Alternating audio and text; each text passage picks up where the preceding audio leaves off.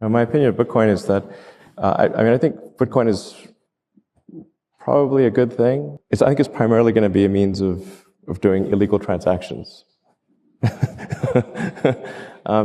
But that's not necessarily entirely bad, because some things shouldn't be illegal. But the combination of Silk Road and Bitcoin will save us? Well, it will be useful for legal and illegal transactions. Otherwise, it would have no value as a use for legal transactions, because you have to have a legal to illegal bridge. Yeah. I don't own any Bitcoin. I'm neither here nor there on Bitcoin. So where I see crypto as is effectively as a replacement for cash, but not as a replacement as a primary. I do not see crypto being the primary database. So now this is sometimes taken being like I'm being judgmental about crypto, and it's actually, I think there's a lot of things that are illegal that shouldn't be illegal. But so it's not as though I think that sometimes governments just have too many laws about that.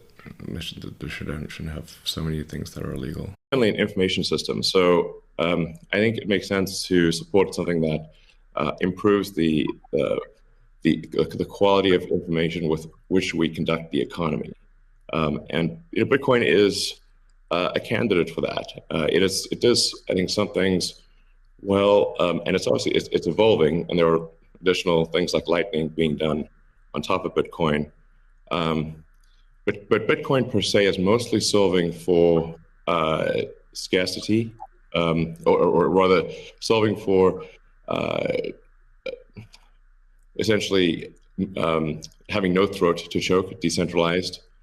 So there's no one who can be coerced in any way to empty their Bitcoin account. Well, I guess they could technically, but on an individual basis, but the system as a whole cannot.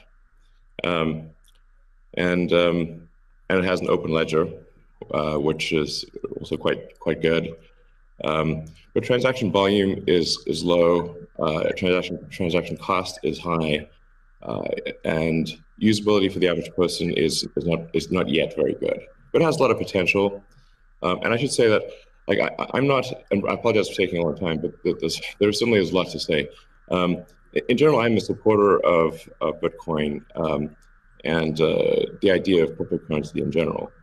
Say Bitcoin in its current form, in that the transaction volume is very limited, and the latency, the latency for a properly confirmed transaction is too long, much longer than you'd like. So it's actually not great from a transaction volume standpoint or a latency standpoint. So it is perhaps useful as to solve an aspect of the money database problem, which is this sort of store of wealth or an accounting of relative obligations, I suppose. But it is not useful as a currency, as a day-to-day currency. But people have proposed different technological solutions, like Lightning. Lightning Network and the layer 2 technologies on top of that. I mean, it seems to be all kind of a trade-off, but the point is, it's kind of brilliant to say that just think about information, think about what kind of database, what kind of infrastructure enables the exchange of information. You're operating an economy, and you need to have something that allows for the to have efficient value ratios between products and services. So you've got this massive number of products and services, and you can't just barter. It's like, that would be extremely unwieldy. So you need something that gives you a ratio of exchange between goods and services, and then something that allows you to shift obligations across time, like debt and equity, shift obligations across time. Currencies, if you will, that are physics-based. So energy is the true currency. This is why I said Bitcoin is based on energy. You can't legislate energy. You can't just, pass a law and suddenly have a lot of energy. It's very difficult to to generate energy, or especially to harness energy in a useful way to do useful work. So I think that probably we won't have money, and probably we'll just have energy,